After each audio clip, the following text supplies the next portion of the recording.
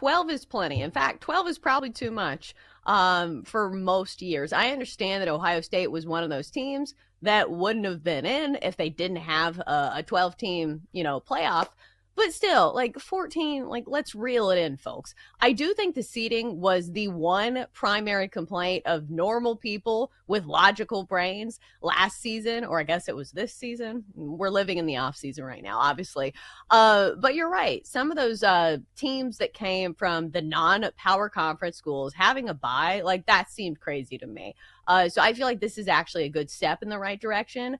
But let's keep it to 12 teams. So I'm 50% in on these rule changes. Yeah, I feel the same way. But you know what I wish? I wish they just stopped jacking with everything. Like, I feel like they're going to keep doing this. So I'm all about the reseeding because I didn't like the 4 conference champion buys and how that went. I didn't like that at all. And I think the reseeding based on the conference rankings is the way to go.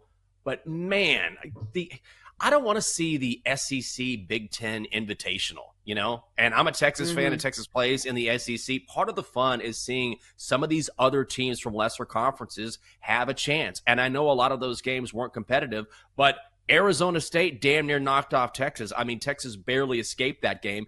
And if we see enough of these games, we will see upsets. So I really don't want this to turn into the Big Ten and SEC throwing their weight around and just making this a tournament where they get in as many teams as they can at the expense of marginalizing other conferences. If you want to get in and you're from the Big Ten or the SEC, guess what? Get it done during the regular season. Win your conference championship. Play well in your respective conferences. That's what needs to happen here, and I don't want to see the expansion either. Reseed and just leave it alone.